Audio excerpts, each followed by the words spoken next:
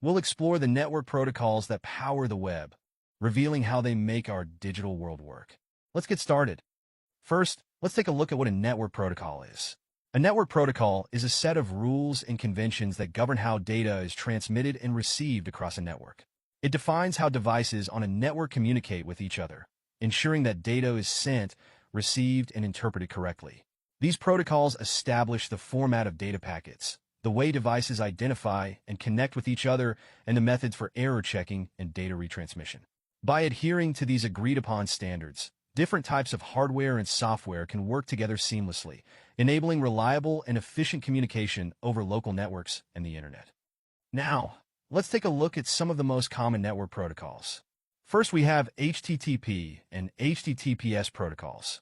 HTTP, or Hypertext Transfer Protocol, is the foundation of data communication on the web, enabling the transfer of web pages from servers to browsers. It operates as a request-response protocol, where a client, such as a web browser, sends a request to a server, and the server responds with the requested resources, like HTML pages, images, or other content. HTTPS, or Hypertext Transfer Protocol Secure, is the secure version of HTTP, which adds a layer of encryption using SSL and TLS to protect the data being transferred. This ensures that the communication between the client and server is encrypted and secure, safeguarding sensitive information from eavesdropping and tampering. Next, we have FTP. FTP, or File Transfer Protocol, is a standard network protocol used for transferring files between a client and a server over the internet or within a local network. It operates on a client-server model where the client initiates a connection to the server to upload or download files. FTP supports both anonymous access, where users don't need credentials, and authenticated access, which requires a username and password. Although widely used for file sharing, FTP lacks encryption, making it less secure for transferring sensitive data. For secure file transfers, protocols like FTPS or SFTP are recommended. Up next, we have SMTP. SMTP, or Simple Mail Transfer Protocol, is the standard protocol used for sending and relaying email messages across networks. It operates as a push protocol, where an email client like Outlook or Gmail connects to an SMTP server to send messages to the recipient's mail server. SMTP is responsible for ensuring that emails are correctly routed and delivered to the intended destination. While it handles outgoing mail, SMTP is often paired with protocols that manage the retrieval of incoming mail, like IMAP or POP3, which we'll cover later in the video. Like the previous protocols we covered, SMTP itself does not provide encryption, so secure versions like SMTPS are used to protect email content during transmission. Next, let's take a look at DNS. DNS, or Domain Name System, is a crucial protocol that translates human-readable domain names like www.youtube.com into IP addresses that computers use to locate and communicate with each other on the internet. Acting as the internet's phone book, DNS allows users to access websites using easy-to-remember names instead of complex numerical IP addresses. When a user enters a domain name into their browser, the DNS server looks up the corresponding IP address and directs the request to the appropriate web server. This process happens almost instantly, making it seamless for users to navigate the web. Coming up next, DHCP. DHCP, or Dynamic Host Configuration Protocol, is a network protocol that automatically assigns IP addresses and other network configuration parameters to devices on a network, allowing them to communicate efficiently. When a device, like a computer or smartphone, connects to a network, the DHCP server dynamically assigns it an available IP address from a predefined range, along with necessary details such as the subnet mask, default gateway, and DNS server. This automated process simplifies network management by eliminating the need for manual IP address configuration, reducing conflicts and ensuring that each device has the correct network settings to operate smoothly. Moving forward, we have SSH. SSH, or Secure Shell, is a network protocol used to securely access and manage remote servers and devices over an unsecured network. It provides a secure channel through which users can execute commands, transfer files, and perform administrative tasks on remote machines. SSH encrypts all data exchanged between the client and server, protecting it from eavesdropping and tampering. By using strong authentication methods, such as passwords or cryptographic keys, SSH ensures that only authorized users can access the remote system. This makes SSH an essential tool for secure remote administration and secure data transfer. For more information on cryptography and encryption, feel free to check out our video on that topic in the video description. Now let's take a look at TCP/IP. TCP/IP, or Transmission Control Protocol/Internet Protocol, is a foundational suite of protocols that underpins most modern networks, including the Internet. TCP/IP enables reliable data transmission by breaking data into packets, ensuring they arrive in order, and handling any errors that occur during transmission. The IP part of the suite handles addressing and routing, ensuring packets reach their correct destination across diverse networks. Together, TCP/IP facilitates robust, scalable, and efficient communication between devices, making it essential for network connectivity and Internet functionality. For a more detailed overview of IP addresses, be sure to check out our separate video on that topic. Next, we have POP3 and IMAP.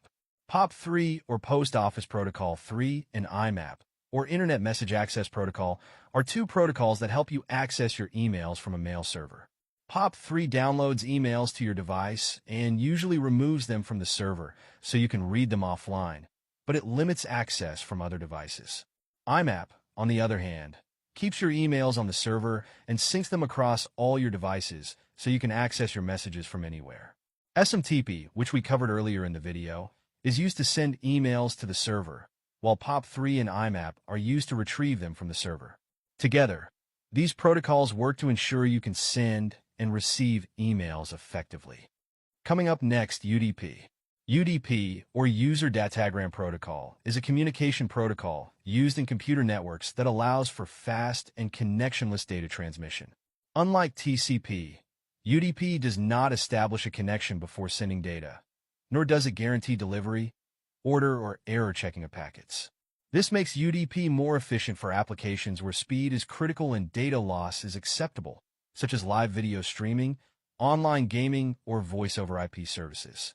While it's less reliable than TCP, UDP's simplicity and low overhead make it ideal for real-time applications where performance is more important than accuracy. Now let's take a look at ARP. ARP, or Address Resolution Protocol, is a network protocol used to map an IP address to a physical MAC address within a local network. When a device wants to communicate with another device on the same network, it needs to know the recipient's MAC address. ARP helps by sending out a broadcast request asking, "Who has this IP address?" The device with the matching IP address responds with its MAC address, allowing the communication to proceed. ARP is essential for enabling seamless communication between devices on a local network.